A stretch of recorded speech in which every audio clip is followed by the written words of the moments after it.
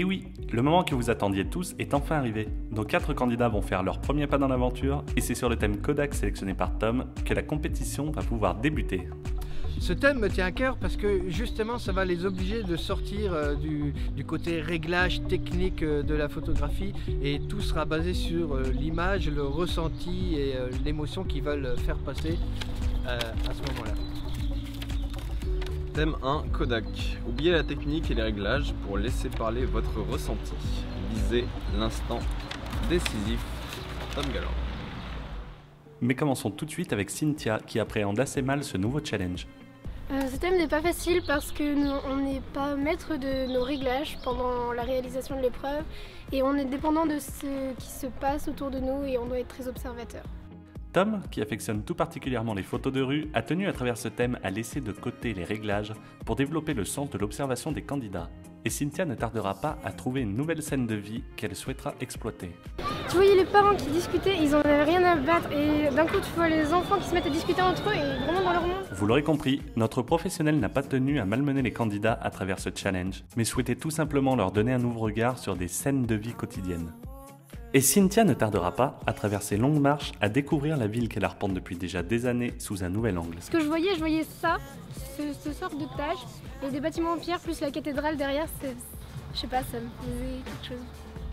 Rendez-vous maintenant avec Sarah qui semble bien plus à l'aise avec le thème proposé par Tom que notre première candidate. Sa stratégie, laisser de côté la chaleur de la foule pour s'orienter davantage vers la perspective proposée par les affichages déjà présents en ville. Je scrute là partout. Mais Sarah n'hésite pas à s'éloigner des objectifs qu'elle s'est fixés dès qu'une scène se présente à elle.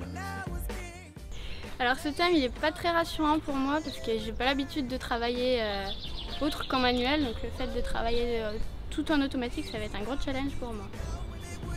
Malgré son envie de diversifier ses prises, Sarah revient vite faire ses premiers amours et ira même jusqu'à jouer avec l'équipe de tournage pour fournir un cliché qui fera chavirer le cœur de notre jury. Mais la pellicule de notre candidate n'est pas encore pleine, raison pour laquelle sa curiosité la pousse à arpenter les rues pavées du quartier historique. Laissons maintenant Sarah nous parler du type de cliché qu'elle affectionne. Affichage, parce que les mots ils ont plusieurs significations, donc la beauté c'est pas quelque chose qui joue en général. Sarah ne tardera pas à tomber sur Nicolas et partagera avec lui la manière dont elle a abordé ce thème. J'ai plus misé sur l'affichage du coup. Ouais. Sur les plans Ouais. un peu cadrés, tout ça. Ouais. Les affiches. J'ai pas eu l'occasion de faire. Qui trahissent, c'est ça là. Ouais. Oui, mais c'est... De son côté, Nicolas a décidé de miser sur la discrétion et a customisé un peu son appareil. Inaperçu, un peu plus inaperçu. Et ça me permet de faire des photos en toute simplicité. Nous allons maintenant suivre Nicolas qui a décidé d'opter pour la discrétion. Et discret, il l'est puisque même vous n'avez pas remarqué qu'il venait de prendre une photo. En dehors de ça, sa stratégie est la même que les autres candidats. Arpenter les rues de la ville en espérant capter une scène de vie intéressante. Mais notre candidat met toutes les chances de son côté puisqu'il ira même à risquer sa vie pour nous fournir une photo originale. Ça me bouscule. Dans le sens où il me fait sortir de ma zone de confort, où on perd l'habitude de choisir ses réglages, etc. De choisir la pose du modèle, de choisir le cadrage, de ne pas avoir de pied. Mais il m'intrigue et dans un sens il m'excite parce que justement c'est un défi qui amène à être plus créatif que d'habitude. Retrouvons-le maintenant du côté de la gare où une mauvaise surprise l'attend. Alors là il y a un truc qui m'embête, c'est qu'apparemment il n'y a pas de train. Mais notre candidat ne perd pas espoir et trouve tout de suite de nouveaux modèles à exploiter. Challenge réussi pour Nicolas qui repartira finalement avec sa pellicule pleine. Revenons alors sur Cynthia au plus mal que jamais. Toujours indécise et insatisfaite des clichés pris jusqu'alors, elle a décidé de prendre de la hauteur afin de découvrir la ville sous un nouvel angle. Mais notre candidate ne compte pas s'arrêter là puisqu'elle retournera finalement dans le cœur de la ville afin de trouver le cliché presque parfait. Ben, souvent les gens, et souvent au balcon, genre quand je suis arrivée ce matin à 11h30, là-haut il y avait une mamie qui regardait à son balcon qui regardait les gens passer et je me disais pourquoi j'avais pas mon Kodak. Malgré les apparences, Cynthia ne perd pas espoir et attendra qu'une occasion en or se présente à elle. Passons maintenant à Gaëlle, accompagnée de son petit ami Dylan qui est venu la soutenir pour cette épreuve. Rappelez-vous, lors de l'épisode de présentation, cette candidate nous avait fait part de sa timidité et de sa peur face à la foule. Mais alors comment aborde-t-elle ce challenge imposé par Tom? Ce thème me paraît compliqué parce qu'on ne peut faire aucun réglage sur notre appareil et c'est au feeling, quoi. C'est quand on voit la scène qu'il faut la prendre. Plus attentive aux scènes qu'elle souhaite immortaliser qu'aux personnes qui l'entourent, Gaëlle arrivera finalement à surmonter son handicap pour remplir sa pellicule. Et nous la retrouverons plus tard dans la journée, dans un lieu tout à fait particulier, pour faire ses derniers clichés. J'ai choisi cet endroit parce que repos et le cimetière, donc les morts, je trouve que ça correspondait bien. J'ai trouvé cet endroit en cherchant avant sur une carte les noms de rues qui pouvaient être originales et leur localisation. Et rendez-vous de bon matin avec Cynthia, qui est toujours dans sa quête du cliché parfait et qui n'a pas peur de se lever aux aurores pour trouver les scènes les plus intéressantes à prendre en photo. Malheureusement, notre candidate ne trouvera pas l'inspiration nécessaire et restera donc sur les clichés pris la veille. Ça y est, le grand jour est arrivé et nos candidats ont enfin reçu leurs photos développées. Découvrons maintenant avec eux comment ils vont classer ces dernières. J'essaye d'avoir une vue d'ensemble et après je regarde une par une pour voir si je la prends ou pas. Enfin, quand je l'ai prise une photo, je me suis dit peut-être que je trouverais un intérêt ou sur le coup je me disais oh il y a peut-être du contraste mais là elles me font rien ressentir, je vois aucun message, rien donc... Mais il est maintenant temps d'affiner ton choix. Alors Cynthia, quelle photo as-tu choisi? Parce que celle qui m'avait le plus marqué et malgré le défaut de cadrage, c'est celle qui me parle toujours le plus et qui m'interpelle le plus. Donc je pense que l'important c'est que la photo ait un sens pour moi en premier, peut-être qu'elle en aura un pour les autres après. Le choix de Cynthia fait, qu'en est-il de Nicolas?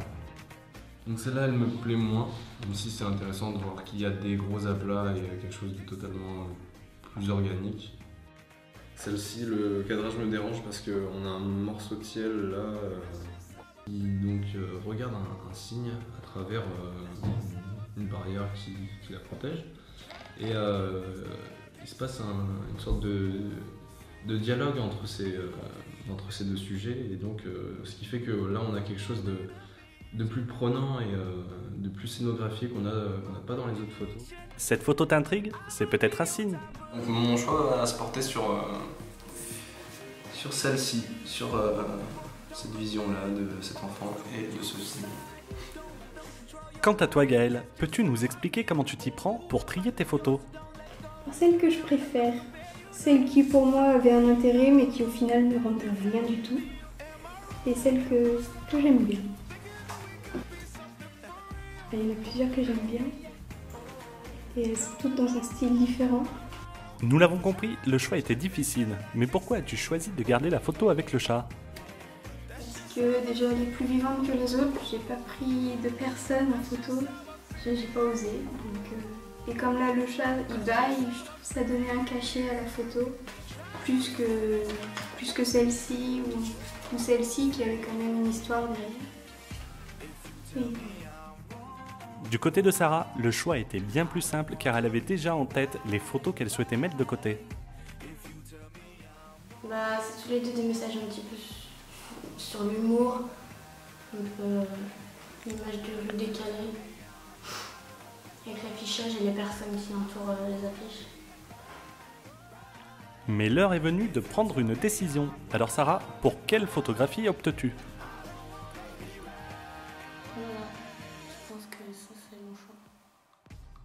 Passons à présent aux notations de nos professionnels. Cynthia, oui, j'aime beaucoup et c'est très sympa et ouais, c'est très sympa. Je l'aurais bien vu en noir et blanc, mais bon, vous n'avez pas le droit au noir et blanc. Mais j'aime bien l'histoire et il manque un truc pour que ce soit vraiment la grosse classe internationale, mais elle est très sympa quand même, j'aime bien le clin d'œil. Cynthia s'en tire plutôt bien avec la note de 6,25 sur 10. Nicolas, pour ta photo, l'idée est sympa. Cette connexion entre le signe et la petite fille, juste, ça aurait été plus proche.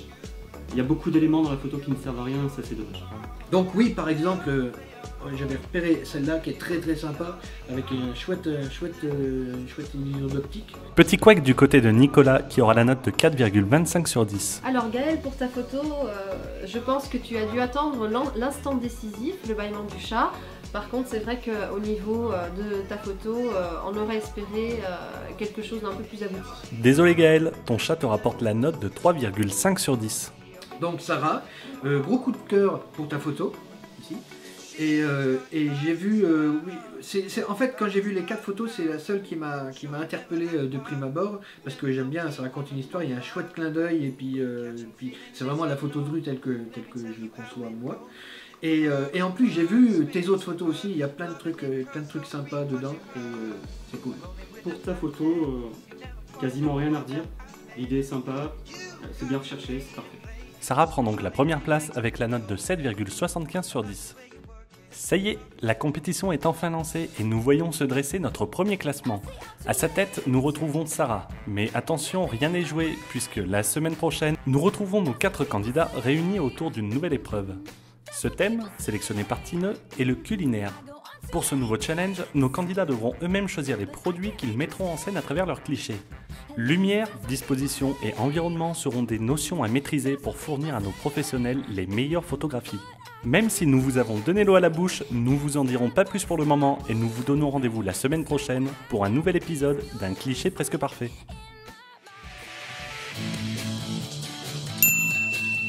En attendant notre prochain épisode, vous pouvez toujours dévorer d'autres de nos vidéos.